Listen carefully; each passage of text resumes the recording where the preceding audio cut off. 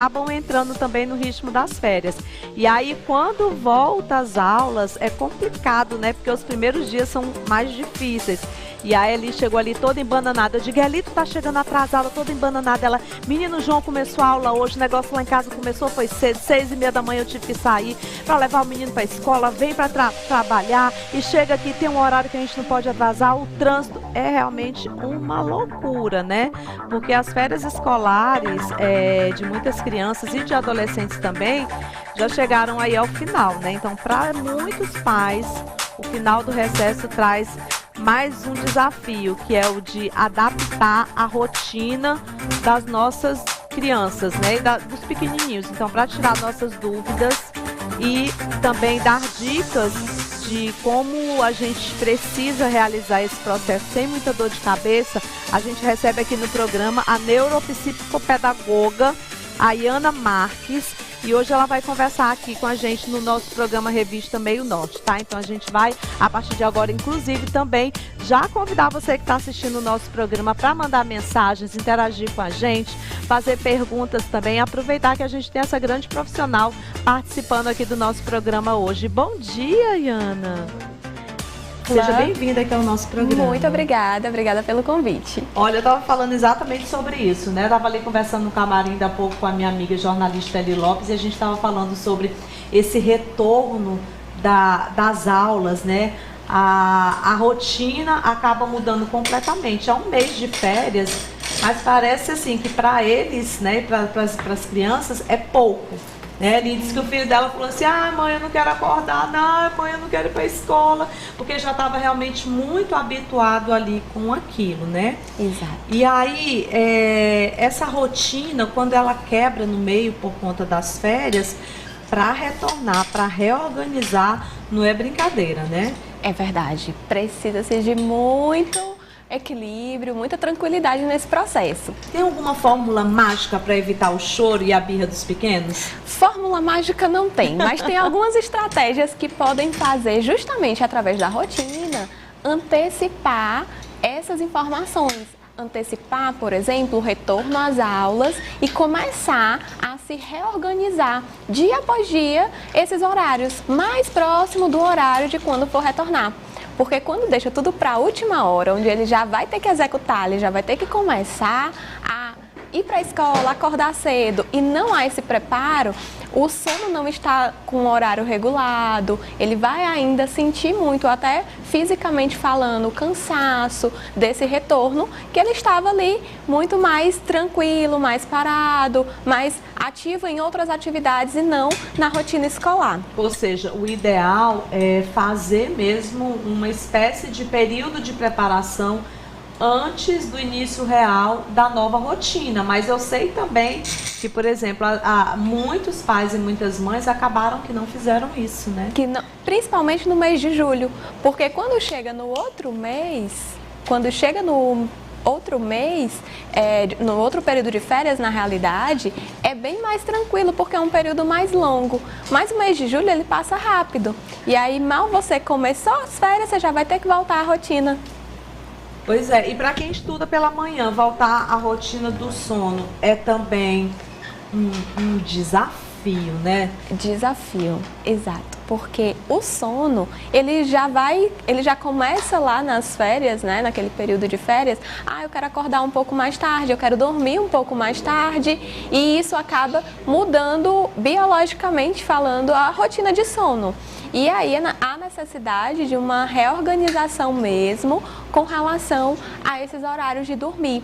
E é importante mencionar, quando você fixa determinados horários na rotina, se torna mais tranquilo para que ele comece a se desenvolver, comece a se reorganizar melhor para essa retomada. E assim, a criançada que estuda de manhã, né, talvez seja bem mais difícil. Sim. Né? Porque voltou ali, ela já estava acostumada ali a acordar todo dia mais tarde. Sim. Aí de repente volta a rotina e aí tem que acordar realmente muito cedo.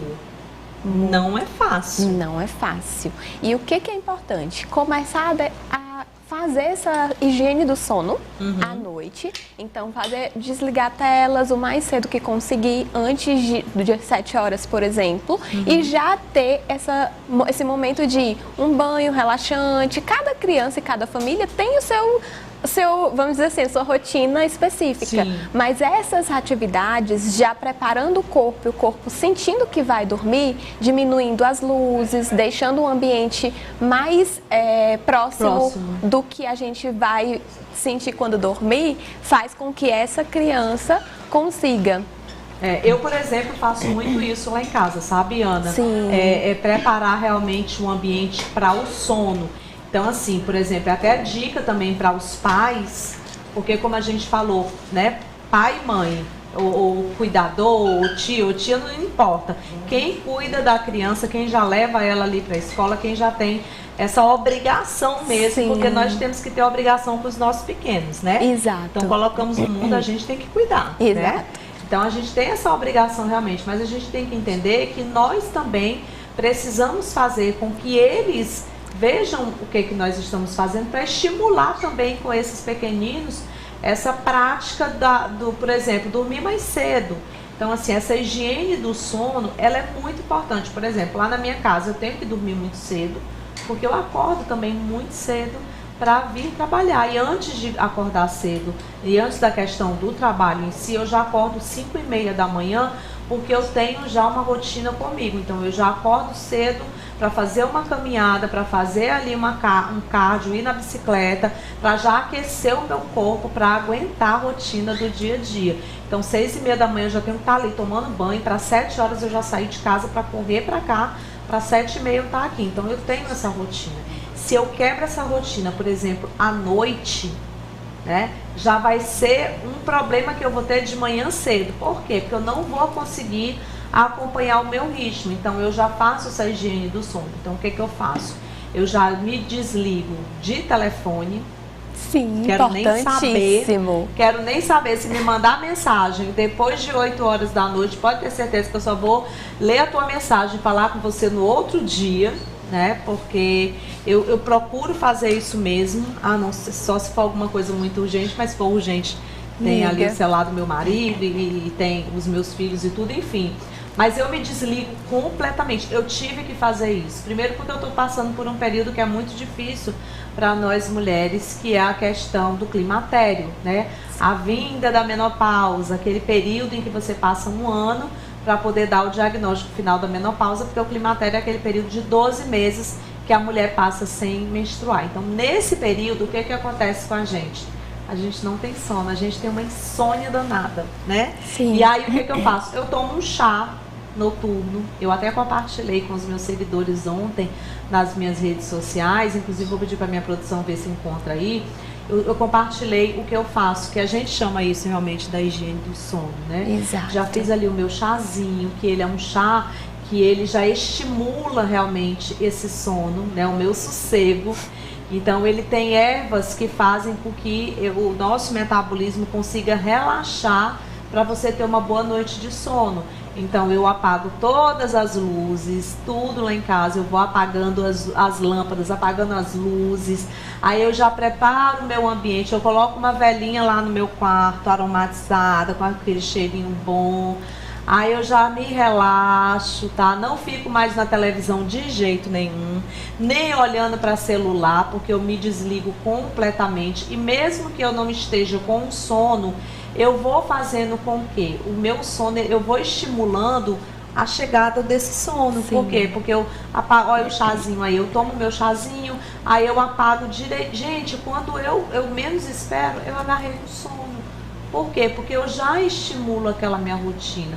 Então, é necessário que os pais também estimulem essa rotina dentro de casa para que os filhos acompanhem. Para que no outro dia de manhã cedinho, todo mundo acorde, inclusive, disposto. Exato. E principalmente porque as crianças elas estão em fase de desenvolvimento. O cérebro ainda está amadurecendo. Então, como é que eles vão fazer isso sozinhos? Eles precisam dessa orientação. Exatamente. E a partir do momento que a família faz esse incentivo e mostra na prática, que é muito importante você fazer também, não só dizer que a criança tem que fazer, para que ela entenda que é necessário e ela perceba no dia seguinte acordar disposta, acordar ali, nossa, acordei super bem hoje, eu tô bem. Então, ela vai perceber a recompensa, o resultado do que ela fez na noite anterior. Outra coisa que vai influenciar muito na questão do sono é a alimentação. Por exemplo, o Arthur Neto, ele estuda à tarde. Então, ele já chega lá em casa por volta das 7h30 da noite, né? Então, quando ele chega em casa, a gente já dá aquele banhozinho relaxante nele, né? Inclusive, até o sabonete líquido que eu compro para o Arthur Neto, ele já é aquele que já é para estimular o soninho. O relaxamento mesmo, desacelerando. Desacelerando. Então, eu já dou aquele banho nele morninho, com aquele sabonete, que é um sabonete líquido que é para ter um sonozinho perfeito, né? Porque com as crianças, a gente não... Chás, essas coisas, a gente não pode dar para as crianças. Então, a gente já estimula ali com isso. Então, ele já toma aquele banhozinho relaxante, porque já chega da escola, ó, cheio de energia, né? Então, já preparo aquele banho, o jantarzinho dele, leve também, nada de muita coisa, gente, porque antes da gente dormir, nós não podemos comer demais. Inclusive, os especialistas falam sempre que o importante é você dar ali um intervalo de 2 horas, 1h30, 2 horas, até você dormir, para você não ter, inclusive, pesadelo. Exato. Eu digo muito isso. E conseguir ter o tempo de digestão. O tempo de digestão. Então, a gente já tem todo esse cuidado, inclusive com o jantarzinho dele, para poder ele dormir bem. E é porque ele estuda à tarde, tá, gente? Então, ele já não acorda tão cedo. Mas ele acorda cedo porque ele tem aula de reforço. Mas é um horáriozinho um pouquinho a mais do que seria na escola. Então, esse cuidado a gente procura ter lá em casa também. Então, quando a gente cuida da família inteira, que todo mundo entra no ritmo, sim, aí dá certo. E fica mais fácil, fica mais leve do que só alguns fazendo e outros não. Porque muitas vezes a gente pensa, as crianças questionam lá no conselho, por que, tia, que eu tenho que fazer e minha mãe não faz? Exatamente. Por que só eu que tenho que dormir cedo? E aí quando eles percebem que não, eles estão fazendo, eles estão mostrando que é para o bem dele, de fato, eles conseguem seguir e conseguem, inclusive, levar isso para vida, o restante da vida. Vão levar ali para aquele momento de adolescência, para a fase adulta, e são aprendizados muito significativos. Verdade, eu tenho perguntas aqui para você, Iana. Deixa eu ver aqui na tela. Adolescente de 15 anos aqui em casa que voltou à rotina escolar hoje, muita mãe e birra para poder acordar. Como adequar o sono dela? Olha aí, tá vendo? É exatamente o que a gente acabou de conversar. É ter essa retomada e principalmente fixar esses horários, conversar antecipadamente, porque muitas vezes o que acontece é que a criança, o adolescente, ele é pego de surpresa. E isso acaba fazendo com que aconteçam essas birras, esse mal-estar.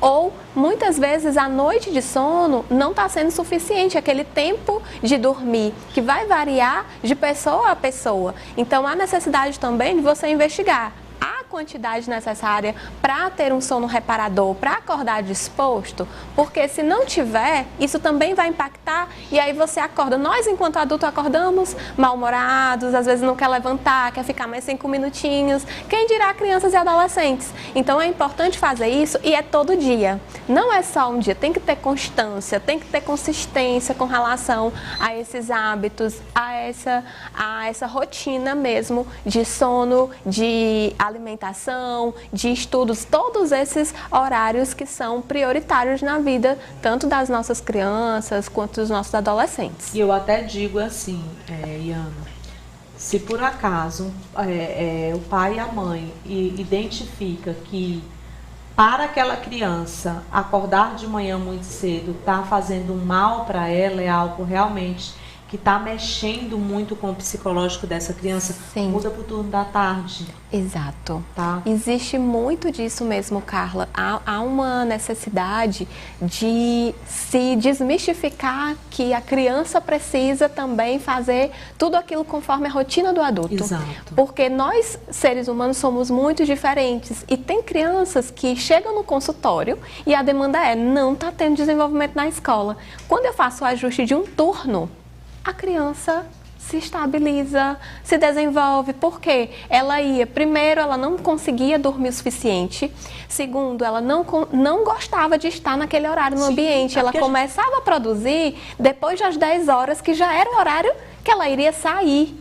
Imagina aí, ela já ia sair da escola aquele horário. Então, quando ela foi para o turno da tarde, pronto, tudo isso se reorganizou com mais facilidade. Com certeza, e a criança ela vai ter muito mais estímulos realmente quando ela está indo com vontade, porque a gente também precisa respeitar as nossas crianças, os nossos filhos. Ouvi-los é muito importante, entendê-los é muito importante. A gente acabou de falar aí de uma adolescente de 15 anos, então de repente para essa mãe é importante conversar com essa adolescente, saber dessa adolescente se ela está gostando de estudar de manhã, se ela quer continuar estudando de manhã, se está fazendo bem para ela ou não, porque isso aí pode ser prejudicial no rendimento escolar, nas notas escolares, né? Acaba refletindo em toda essa parte de desenvolvimento escolar.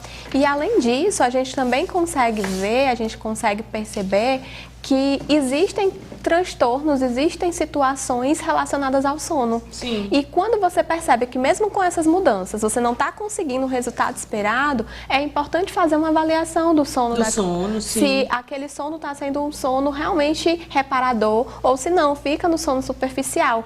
Isso aí impacta também o aprendizado, porque eu não consolido minhas memórias, eu não tenho a limpeza das informações que se tornaram desnecessárias e minhas memórias, meu aprendizado não é consolidado. Sim. Ou seja, no outro dia, ela vai ter muita perda de informação do que ela estudou no dia anterior. Isso, a médio e a longo prazo, causa um prejuízo enorme em todas as habilidades, em tudo que precisava ser consolidado no ano letivo, por exemplo. E até porque é na infância que a gente realmente se constrói, né? Sim. É ali nos primeiros anos de vida que a gente vai ter a formação da nossa personalidade, né? Isso. Do que seremos no futuro. Então, a memória afetiva do que a gente sofreu lá na infância, do que a gente passou na infância que não foi bom pra gente, pode servir de um reflexo e de um gatilho muito forte para o futuro.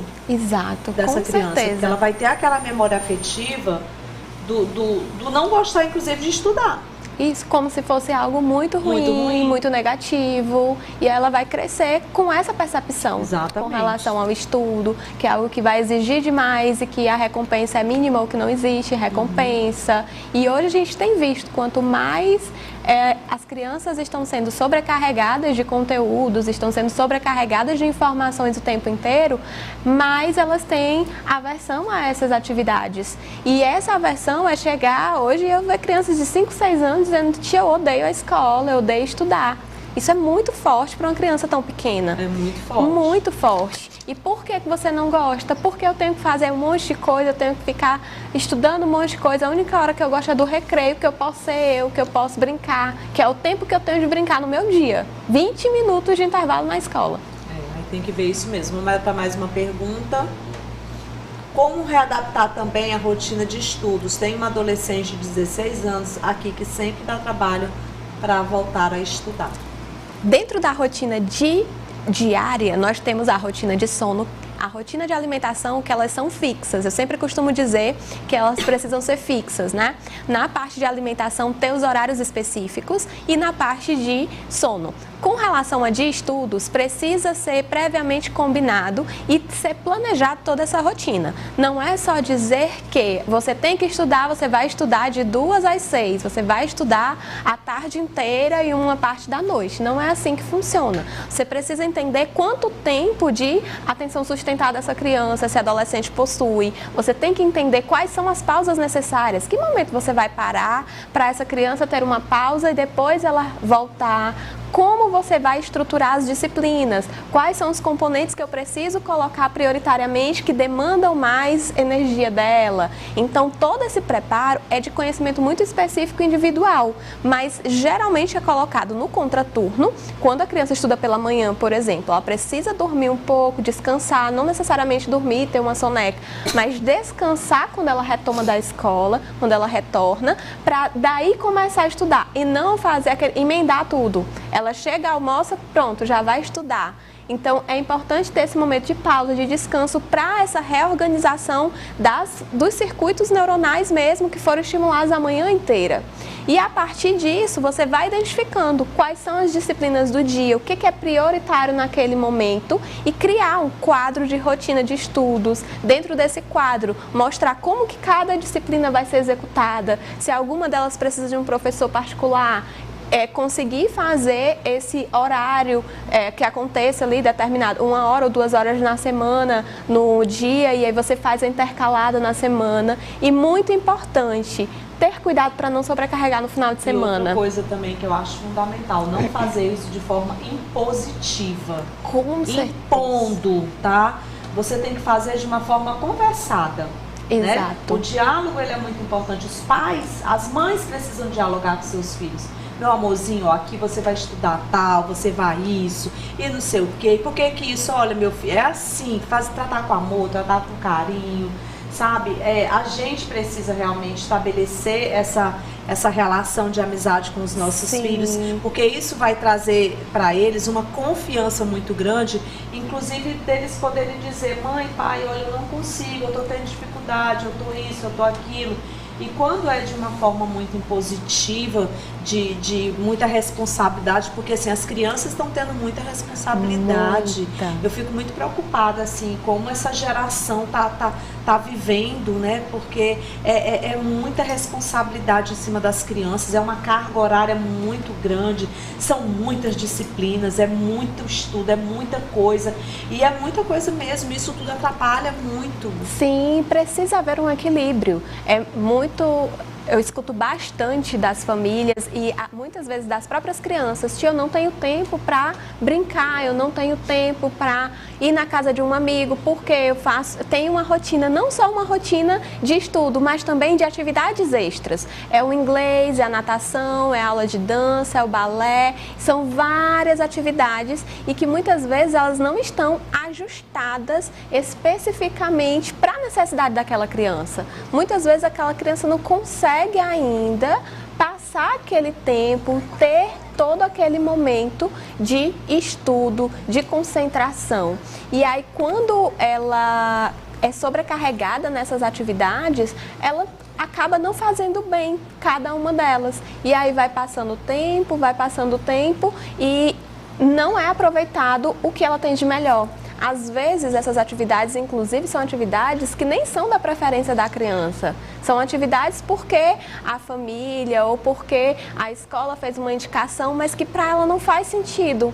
Então, é importante também deixar o tempo livre, a gente ter aquele momento de elas não fazerem nada, delas estarem ali com os brinquedos ou só ali em algum espaço, pensando, tendo o que a gente chama de ócio criativo, explorando a criatividade, explorando as habilidades que ela quer desenvolver no futuro ou que ela gosta de fazer naquele momento. Inclusive a gente precisa também descobrir o que os nossos filhos gostam, né? Do que eles gostam de brincar, as coisas que eles gostam de fazer, e estimular isso neles também é muito importante. E Ana, obrigada. Eu agradeço o convite, Carla. Foi muito bom ter essa conversa com você. Muito bom também. Já que a gente está falando sobre a criançada, a volta às aulas, deixa eu aproveitar aqui para falar para vocês da Brincar. A Brincar, que é uma loja de brinquedos da Adapta Fácil, que acredita no brincar como a fórmula para a felicidade e a alegria de toda a família. Gente, eu vou lá na Brincar, eu compro brinquedos para o Arthur Neto, que estimulem também a memória dele. Então, assim, a gente precisa estimular isso com os nossos filhos. A Brincar está sempre atenta em oferecer produtos que estimulem o desenvolvimento cognitivo e motor das crianças em todas as idades e também nos adultos. Oferece os melhores brinquedos educativos e criativos, além de muitas novidades em pintura e brincar livre. Todos os brinquedos da Brincar, os quais são criteriosamente escolhidos, buscam desenvolver habilidades psicomotoras, como raciocínio, coordenação motora, noção de cores, sons, formas, letras e números, além de desenvolver elementos fundamentais na formação da personalidade. Então, vamos brincar e estimular os nossos pequenos. venha nos conhecer em uma das nossas lojas da Avenida Nossa Senhora de Fátima, 520, Sala 4, no bairro Jockey, ou na Avenida Higino Cunha, 865, Ilhotas, ou solicite aí em sua casa, nos visitando pelo Instagram em @brincar.adaptafácil. Enviamos para todo o Brasil, é só você consultar o frete para a tua localidade. É uma loja de brinquedos criativos e educativos. Eu amo brincar, e você? Toda semana eu estou lá escolhendo materiais para trabalhar com os meus pequenos. Eu também, né? Eu sou Sim. apaixonada, e a gente tem muita sorte de ter a Camila, que é uma grande empresária e que trouxe essa loja para cá, para nossa capital, para nossa Teresina, que a gente realmente necessitava de uma loja como essa, tá? Então, brincar é acreditar no brincar como uma fórmula para a felicidade e a alegria para toda a família, vai fazer a diferença. Então vai lá conhecer essa loja, você que não conhece ainda, precisa conhecer. Aproveita que a volta às aulas aí iniciou para você já procurar os brinquedos que estimulem a coordenação motora dos pequeninos e dos adultos também. Super dica aí para vocês, tá certo? E a gente vai para o intervalo comercial e olha, não sai daí.